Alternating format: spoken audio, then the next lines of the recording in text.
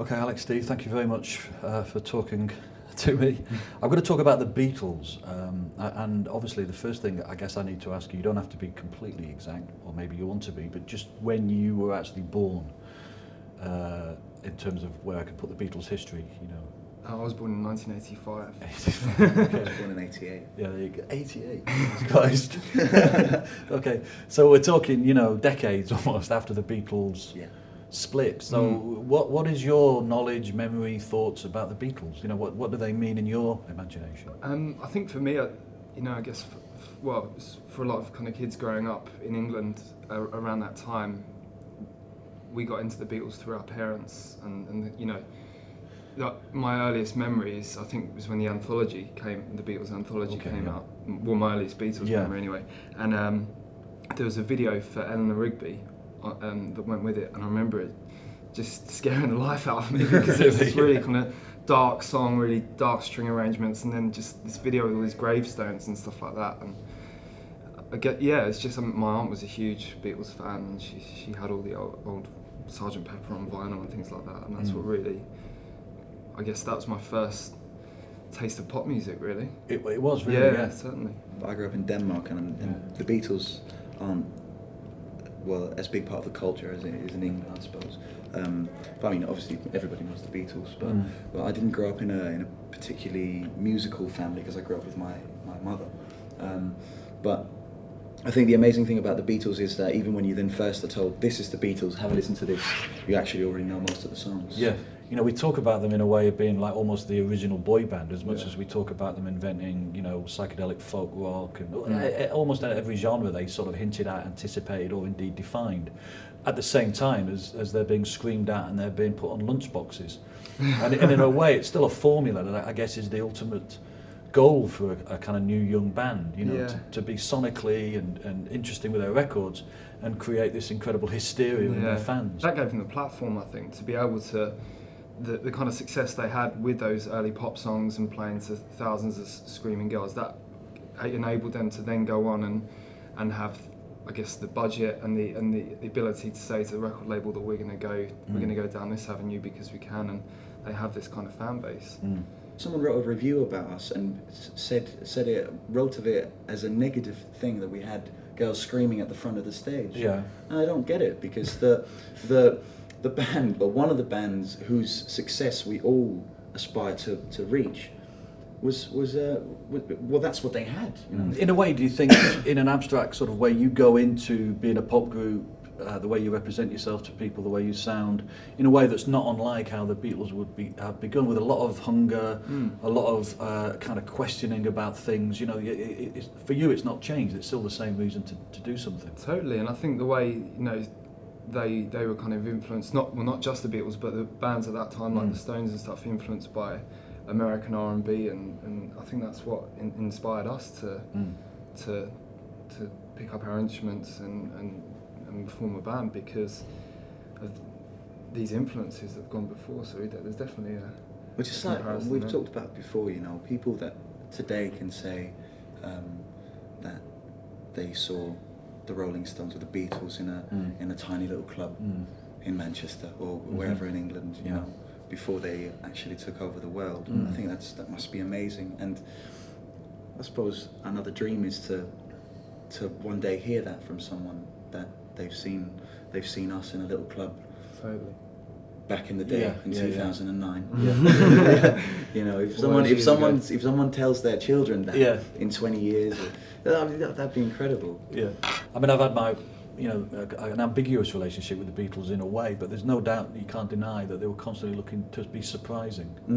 You know, in a world that was becoming increasingly formulaic. You know. Yeah, I think to be a true great, you have to surprise people. The Beatles didn't want to be another Beatles. They wanted to be a different band from then on. That's why Sgt. Pepper sounds completely different to Rubber Soul, and Rubber Soul sounds different to Hard Day's Nights, because they want to evolve and test themselves. And it's obviously quite arrogant in a way, but I think you have to be to be able to do that. You have to test yourself and not worry about what what might come out and what other people are going to think. Do you see a possibility, and would you love the idea that there can be some kind of equivalent in the next few years of the extraordinary things that happened in the 60s that the Beatles both sort of triggered and reflected, and the unbelievable impact it would have on your lifestyle and what it would do to you, and the psychedelic mess it would make of your head, and the whole thing that it would throw you into, that it's not just in a way about music, but it's about everything else that can come with it. Yeah. Imagine being able to just travel the world doing what you love the most, you know, whether it's going away to India to find inspiration, or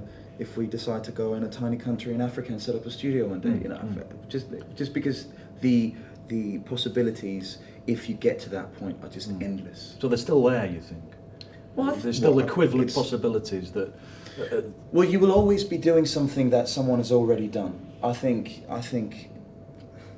trying to create something completely new and completely original, something that people will go, wow, I've never ever heard anything like it, I think it's pretty much impossible. I don't know if that's too big a statement, but almost, at least. Yeah. You know? I think it kind of, you know, every decade has seemed to have had this kind of, not revolution, but, you know, in the 90s you had Britpop, and then in the 80s, well, you had kind of all number of things, and New Romantics, well, yeah, and then in the 70s you had like glam punk. There hasn't really been something like that in the last sort of 10 years. There's been, you know, at the moment there seems to be this kind of emphasis on girls and synthesizers and stuff like that, and I don't know if there's been nothing powerful enough to kind of drive, you know how like everyone would be looking the same, like in the Britpop era everyone wanted to look like Liam and Noel, and there's nothing like that at the moment. So I guess, what's your reading of why that is? That even though everything in life seems to be speeding up, the changes in music seem to be oddly getting slower, and we seem to keep on coming back. Yeah, coming back to the. Well, it's the same as with fashion, you know. People run out of ideas almost, or it's just, you know, it's retro.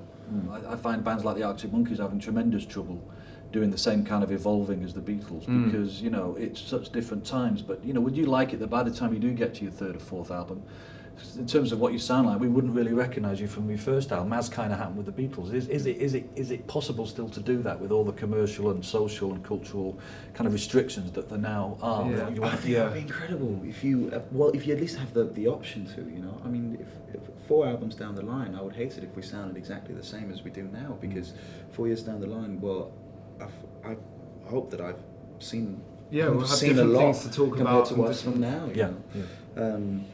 Hopefully I'll be a lot smarter and not just write about the things I write about now, which is, I mean, what I write about now, there's nothing wrong for a 21-year-old to be writing about that, but I don't want to be writing about it at 25. If you did a Beatles song, what would you think you would be doing?